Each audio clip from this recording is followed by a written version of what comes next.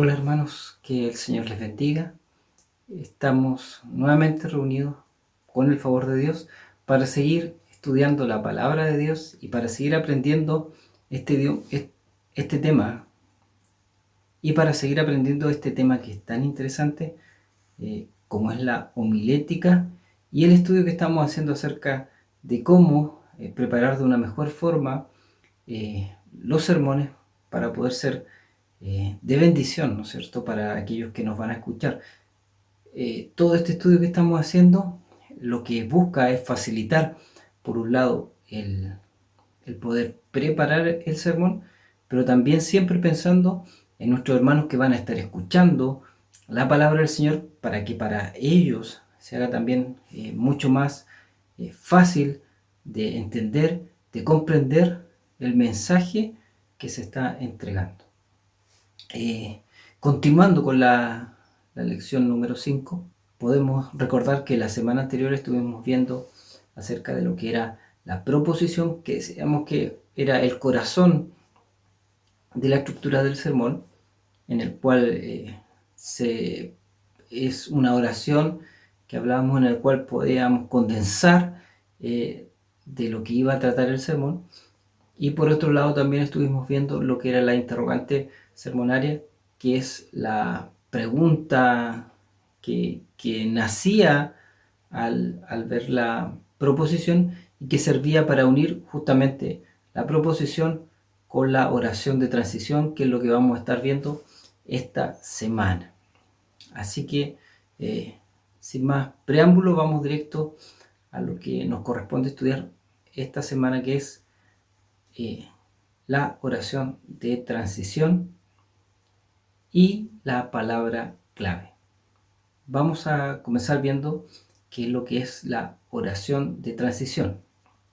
Lloyd Perry dice que la oración de transición es el puente retórico que une el corazón del sermón, que es la proposición, con el sermón mismo, con las divisiones que van a ir a continuación en el desarrollo del sermón. De una forma muy similar también podemos ver lo que dice Orlando Costa, que también para él es el puente retórico que une la proposición con las divisiones del sermón. Entonces vamos a ver cómo la oración de transición permite unir la proposición con las divisiones del sermón, evitando que hayan saltos abruptos que a veces son difíciles de poder asimilar por parte de los que están escuchando el sermón, cuando pasamos de forma abrupta de una introducción a comenzar inmediatamente con las divisiones del sermón. Entonces esto ayuda a suavizar ese paso y también nos ayudan a reforzar lo que es la proposición, que recordemos que tiene que estar presente en todo momento durante nuestro sermón. Entonces vamos a ver justamente cómo esta oración de transición va a ir ayudando a este paso, como decíamos, de la proposición a las divisiones del sermón. Para poder formular la oración de transición tenemos que tener siempre presente cuál era nuestra proposición, cuál es la pregunta o la interrogante sermonaria, y también tener en cuenta la palabra clave. Ya hemos visto las dos primeras, así que ahora vamos a profundizar qué es lo que es la palabra clave, a qué se refiere, porque va a ser fundamental a la hora de establecer la oración de transición. ¿Qué es lo que es entonces? ¿Qué es lo que es entonces la palabra clave? Bueno, la palabra clave es la respuesta a la pregunta que se hace acerca del sermón. Esta palabra clave caracteriza en una sola palabra, solo una, las divisiones que vamos a tener en nuestro sermón. Esta palabra siempre se encuentra en plural y, por último, cada sermón debe tener solamente una palabra clave. La palabra clave va a ayudar a poder definir cada una de las divisiones del sermón y también siempre tiene que formar parte de la oración de transición. ¿Ya? Nunca puede ser que la palabra clave con la cual vamos a hacer la división de nuestro sermón no esté presente en la oración de transición, o bien que la palabra clave que escogimos y que se encuentra en nuestra oración de transición no esté presente en las divisiones de nuestro sermón. ¿Cómo seleccionamos esa palabra clave? Debemos decir que, como recién explicamos, debe estar en nuestra oración de transición. Debemos decir que es fundamental, por tanto, poder definirla bien, porque nos va a ayudar mucho a establecer nuestra estructura, a definir correctamente la estructura de nuestro sermón. Porque justamente esa palabra le va a dar claridad a nuestro sermón. Y cuando esta palabra falta, se hace más difícil poder entender el sermón. Recordemos que una de las características de la predicación y del sermón era persuadir al oyente. Y entre más claros seamos en entregar el mensaje, más fuerte va a ser la idea de poder persuadir al oyente acerca de lo que se está exponiendo y entregando a través del sermón. La palabra clave también es fundamental porque ayuda al predicador para mantenerse en la idea del sermón y evita que pueda empezar a divagar o hablar de otros temas o hablar de otros puntos que son distintos a los que había definido hablar a la congregación cuando estructuró el sermón. Con esto no quiero decir que uno limite o cuarte la acción del Espíritu Santo, sino que por el contrario tenemos que saber, o mejor dicho, tenemos que recordar lo que decíamos, que uno de los aspectos fundamentales de la predicación es poder persuadir al oyente respecto de ciertas actitudes, ciertos actos, ciertos hechos que pueda estar haciendo y que van en contra de lo que la palabra de Dios nos ordena. Entonces, para poder persuadir, lo que debemos hacer es entregar ideas claras, ideas concretas, que puedan ser entendibles por aquellos que nos están escuchando y que puedan tener también un impacto en la vida del oyente. Entonces, por eso es muy importante, entre más claro sea el sermón, entre menos divaguemos en nuestro sermón, entre más mejor apuntada esté la idea, mejor direccionada esté la idea, será mucho mejor, tanto para el que está predicando como para el que está escuchando. Entonces, por eso también la palabra clave nos ayuda en ese sentido, que no divagamos, que no nos vamos de un lugar a otro, sino que nos mantenemos en la idea, en el pensamiento que se había definido al momento de elaborar nuestro sermón. Por esto mismo, la palabra clave ayuda a poder ir avanzando en nuestro sermón de forma lógica y coherente, lo que facilita, como decía, el trabajo tanto para el predicador como para aquellos que van a estar escuchando nuestro sermón.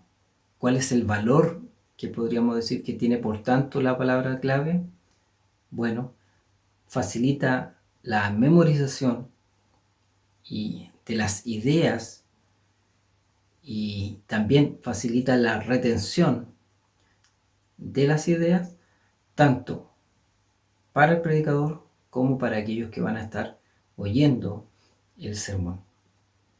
Entonces, cuando veamos los ejemplos vamos a entender por qué van a estar ayudando, por qué uno va a quedarse con la idea, esa idea va a estar siempre presente y, como decíamos, va a estar logrando un mejor impacto y un mayor impacto en aquellos que van a estar escuchando el sermón. Por esto mismo, ayuda, y recalco y refuerzo esta idea, ayuda tanto al predicador como a los oyentes a ir avanzando de forma ordenada, de forma estructurada en el transcurso del sermón. Nos ayuda a ir avanzando de punto en punto que se ha definido y que va a ayudar mucho más a lo que es la retención y logrará así también un mayor impacto en los oyentes, aquellos que están, los hermanos, la congregación que está ahí escuchando el sermón.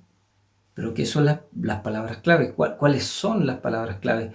En el documento, en el texto que envió nuestro profesor Ismael, ustedes pueden encontrar ahí un gran listado de palabras que al momento nosotros de definir cuál es el propósito, de hacer la pregunta justamente al propósito, hacer la pregunta sermonaria,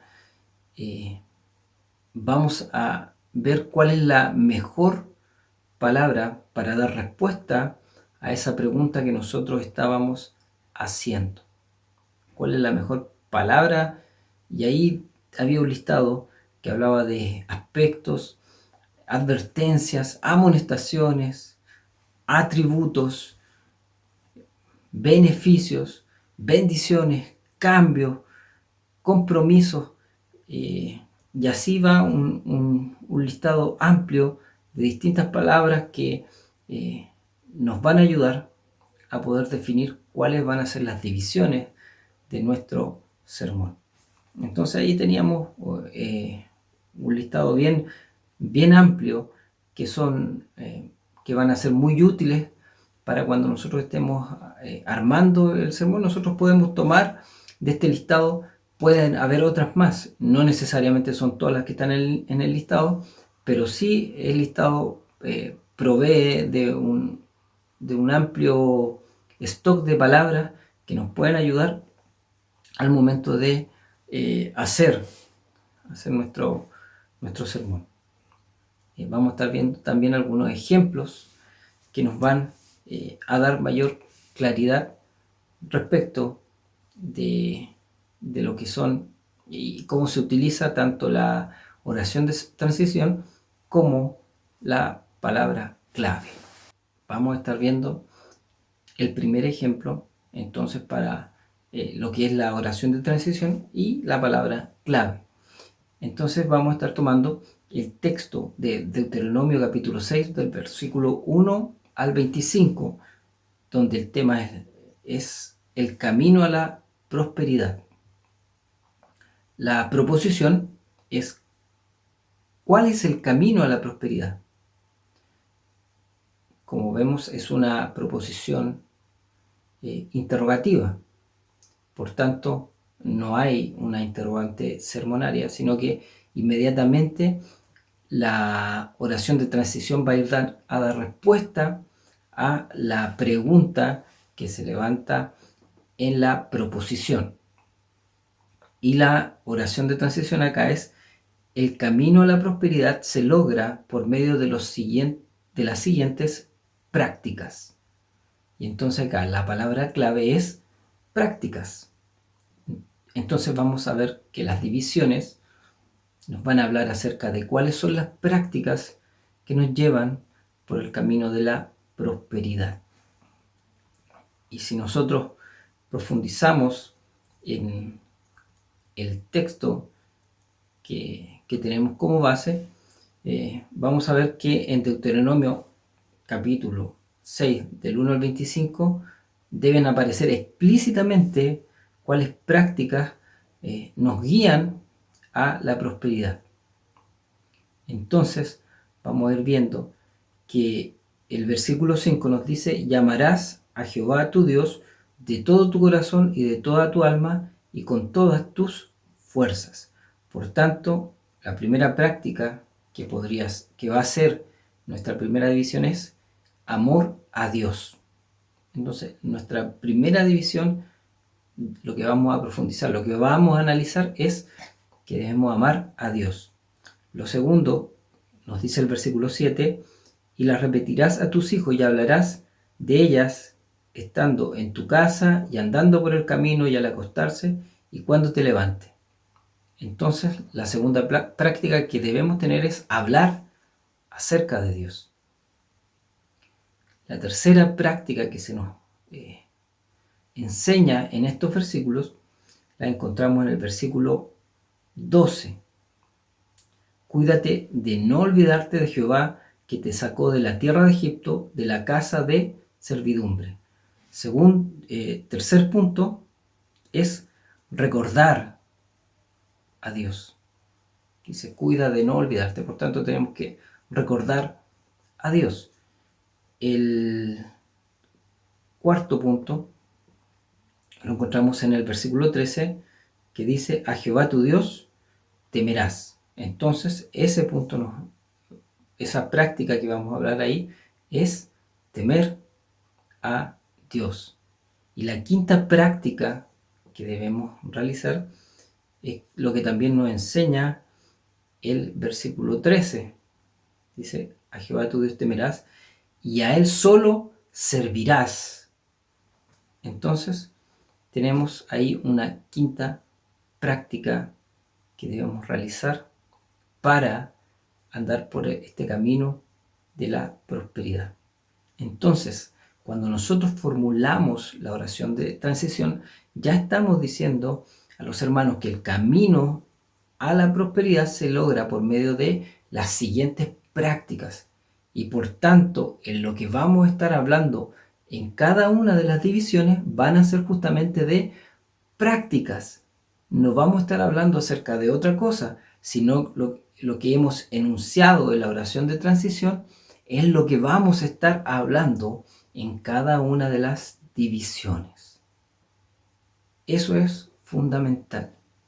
Por eso decimos que la palabra clave, su mismo nombre lo está diciendo, es clave y que tiene que estar presente en la oración de transición y va a estar presente también en cada una de las divisiones. Cada una de las divisiones nos van a hablar cuáles son aquellas prácticas que debemos realizar para andar por este camino de la prosperidad. Un segundo ejemplo es el que tenemos en Romanos capítulo 1, versículos 16 y 17, donde el tema es no me avergüenzo del Evangelio. Acá la proposición es el cristiano no debe avergonzarse del Evangelio. ¿Qué tipo de proposición era esta? Era una proposición persuasiva de deber. Decimos que el cristiano no debe. Y la interrogante sermonaria acá era, ¿por qué el cristiano no debe avergonzarse del Evangelio? Estamos diciendo en la proposición que el cristiano no debe avergonzarse. Bueno, la interrogante es, ¿por qué el cristiano no debe? ¿Por qué el cristiano no debe? Y entonces la oración de transición me da respuesta a esta interrogante y dice 3 razones por las que el cristiano no debe avergonzarse del Evangelio. Entonces, los oyentes ya saben en ese momento que estamos recién iniciando el sermón que vamos a estar viendo 3 razones, donde la palabra clave acá es razones. Razones. Entonces, yo desde que estoy escuchando, desde que ya me senté y escuché que el predicador dijo que va a dar 3 razones por las cuales el cristiano no debe avergonzarse del Evangelio, ya tiene en su cabeza claro que vamos a ver 3 razones. No vamos a ver 5, ni 8, ni 7, sino que vamos a ver 3 razones. Y en ese sermón, quizás en otro sermón vamos a ver otras razones más, quizás en otra oportunidad se van a analizar de otra forma estos textos, pero lo que vamos a ver en este momento van a ser 3 razones por las cuales el creyente no debe avergonzarse del Evangelio. Entonces, si eso yo lo tengo claro desde el principio como predicador, me voy a enfocar que durante el sermón, durante la predicación, voy a tener que exponer cuáles son esas 3 razones. Y aquel que está escuchando también va a quedar clarito que durante el sermón se le van a entregar 3 razones. Y por eso facilita la memorización también al oyente, porque cuando esté en el hogar va a decir, hoy día vimos 3 razones por las cuales el creyente no debe avergonzarse del Evangelio. ¿Cuáles eran las 3 razones? Y ahí uno se pone a recordar y dice, era esta y esta. y es mucho más fácil, tendrá un mayor impacto, dará mayor claridad al sermón y tendrá un mayor impacto, por tanto, en el oyente. Es mucho más fácil tener esa claridad desde el principio, como les decía. Y vamos a seguir viendo cuáles son las razones que nos entrega este texto. Y dice, que dice así: porque no me avergüenzo del Evangelio, porque es poder de Dios para salvación a todo aquel que cree, al judío primeramente y también al griego, porque el Evangelio, la justicia de Dios, se revela por fe y para fe, como está escrito: mas el justo por la fe vivirá. Entonces, las razones que damos acá es que el Evangelio proviene de Dios, como dice el versículo 16, porque es poder de Dios. Entonces no me avergüenzo del Evangelio porque proviene de Dios. Segundo, porque trata acerca de nuestro Redentor Jesucristo. Y tercero, porque el Evangelio nos puede salvar del pecado. Otro ejemplo que tenemos es el que encontramos en San Juan, capítulo 3, versículo 16, donde el tema es el gran amor de Dios. La proposición acá es: el amor de Dios sobrepasa cualquier tipo de amor. Y la interrogante sermonaria es: ¿cómo podemos probar que el amor de Dios sobrepasa cualquier tipo de amor?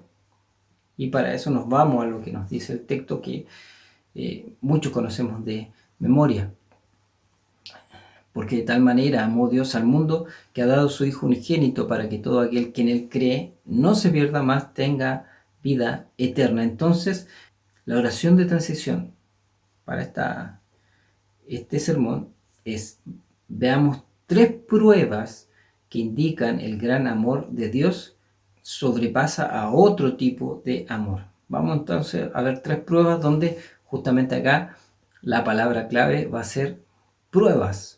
Van a ser pruebas que vamos a estar viendo, y van a ser 3 pruebas que nosotros vamos a estar viendo en nuestro sermón.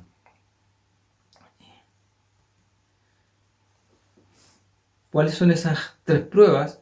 Bueno, el amor de Dios sobrepasa todo tipo de amor. ¿Por qué? Porque nos dio a su Hijo unigénito. Esa es una prueba. La segunda prueba es que esta dádiva que el Señor dio es para que ninguno de los que creen en Él se pierda. Entonces, una segunda prueba es que ninguno de los que creen en Él se va a perder. Y la tercera prueba es que Él va a dar vida eterna a todo aquel que cree en Él. Entonces ahí podemos decir, aquí hay 3 pruebas de por qué el amor de Dios sobrepasa todo otro tipo de amor. Y por último, el último ejemplo que vamos a estar viendo es el que nos dice Santiago del capítulo 1, del versículo 2 al versículo 12, donde la proposición es: ¿cómo enfrentar las pruebas? Nuevamente estamos viendo una proposición interrogativa que no tiene, por tanto, una interrogante sermonaria. Y la oración de transición acá sería: las siguientes actitudes nos guían a enfrentar las pruebas. Entonces vamos a ver durante el sermón cuáles son aquellas actitudes que nos van a ayudar a enfrentar las diversas pruebas. Y si nosotros nos vamos analizando el texto de Santiago, y aquí nuevamente es muy importante de que en el texto nosotros encontremos el fundamento para lo cual nosotros vamos a estar hablando, sobre el cual nosotros definimos la proposición, y también hemos elaborado la oración de transición, incluyendo la palabra clave. ¿Por qué? Porque en este caso vamos a estar viendo actitudes, y esas actitudes están explícitamente la debemos encontrar en el texto. Entonces, vemos acá que dice: hermanos míos, tened por sumo gozo. ¿Qué actitud? El gozo. Sabiendo que la prueba de vuestra fe produce paciencia. Entonces, también vamos a estar hablando acerca de la paciencia. Y si alguno de vosotros tiene falta de sabiduría, bueno, hay que pedirle a Dios. Por tanto, la sabiduría también la podemos tocar dentro de las actitudes que debe tener el cristiano para poder enfrentar las pruebas. Y dice que hay que pedirla, pero pedirla con fe. Entonces la fe también es una actitud que debemos tener para poder enfrentar las pruebas. Y por último, en el versículo 12 habla acerca de soportar la tentación, que es otra actitud que también debemos tener para poder soportar las pruebas. Entonces, en base a lo que nosotros encontramos en nuestro texto, que hemos estudiado y sobre el cual hemos definido el asunto, el tema, la proposición, la interrogante y también la oración de transición con la palabra clave, todo eso definido según el texto, nosotros podemos estructurar nuestro sermón y podemos también establecer cuáles van a ser las divisiones para nuestro sermón. Y como decía, cada una de las divisiones deben estar de acuerdo con la oración de transición y con la palabra clave que hemos definido al momento de hacer la oración de transición. Así que, hermanos, para estar concluyendo, ya hemos visto la primera parte, podríamos decir, de la estructura de nuestro sermón. Hemos estado hablando acerca de lo que es el asunto, que es aquello sobre lo cual trata el pasaje bíblico y que nos va a servir como fundamento también para nuestro sermón. Hablamos acerca del tema, que es el aspecto concreto del asunto que vamos a tratar en nuestro sermón. Recordemos que decíamos que un pasaje habla de un solo asunto, pero puede tener variados temas. Sin embargo, nuestra predicación solo se trata de un solo tema. A su vez, estuvimos hablando acerca de la proposición, donde se presenta lo que va a ser expuesto, explicado durante nuestro sermón, y que también tenía que ser una sola proposición que venía en forma de una oración. Hablamos acerca de la pregunta sermonaria, que es la que hacíamos a la proposición para dar respuesta luego en la oración de transición, que va a ser el puente que va a unir nuestra proposición con las divisiones que están estructuradas en nuestro sermón. Entonces, ya hemos visto la primera parte y practiquemos. Yo creo que va a haber vamos a tener algún deber que hacer ahí, alguna tareita para poder practicar esto que es fundamental cuando estamos estructurando nuestro sermón, y que es súper enriquecedor. Cuando uno lo empieza a hacer, se va dando cuenta que los sermones quedan mucho más claros, la predicación queda mucho más clara, y también para cuando estamos elaborando nuestro sermón, vamos a ver que estas herramientas van a ir facilitando la construcción del sermón en sí mismo. Así que tenemos que seguir adelante en este sentido, ver qué tan valiosos son todas estas herramientas que, como decíamos, es Dios, y a través de su Espíritu Santo nos van ayudando a utilizar esta herramienta. Nunca dejamos de lado Esto no es una cosa matemática cuadrada, sino que siempre tiene que estar presente la dirección de Dios a través de su Espíritu Santo, la búsqueda de Dios a través de la oración, para que Él nos guíe, para que Él nos dirija en lo que debemos hablar, pero como les decía, como herramientas que nos ayudan a elaborar mejor el sermón, son muy útiles y de beneficio y de bendición tanto para el predicador como para aquellos que van a estar escuchando el sermón. Es muy importante también saber que no tenemos que empezar a decir esto como, ya hermano, este es el texto que hemos leído, el asunto es tal, bueno, el tema que vamos a tratar es este, y la proposición que yo les voy a hacer es esta. No, tiene que ser algo fluido. Muchos incluyen dentro de la misma introducción la proposición. Como decíamos, la interrogante sermonaria no es necesario que se diga, sino que a nosotros nos va a servir esa interrogante para luego elaborar nuestra oración de transición. Entonces, la proposición puede estar ahí en nuestra introducción.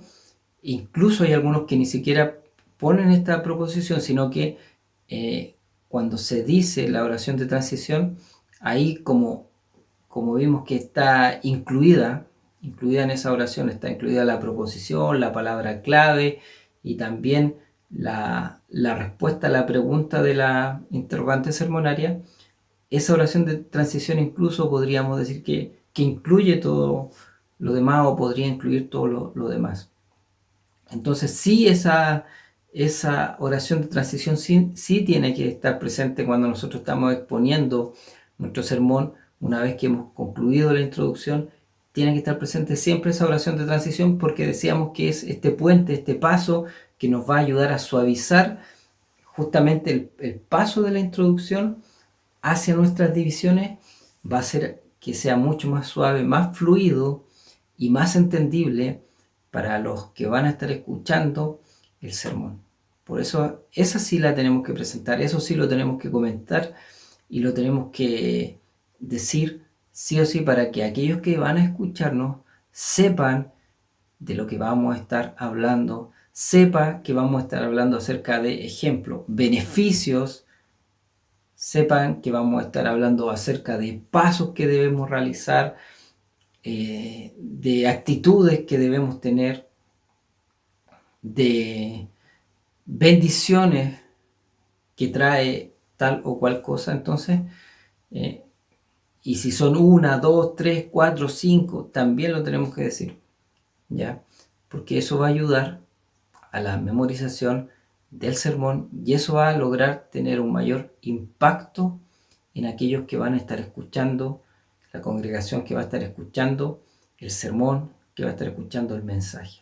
Así que hermanos, tomen esta herramienta, comiencen a utilizarla y que sean de bendición tanto para nosotros que vamos a estar predicando, pero principalmente también para aquellos que nos van a estar escuchando.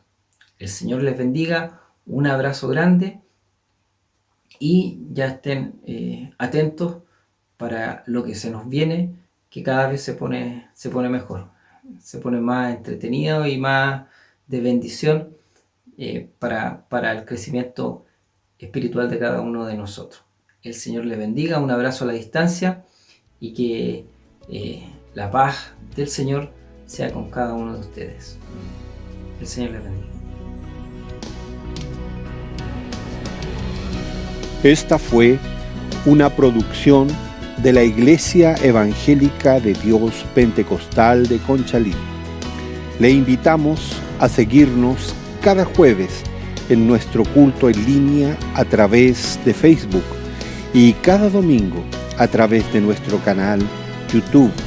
Para más información, visite nuestro sitio evangelica.cl. Que nuestro amado Dios les bendiga.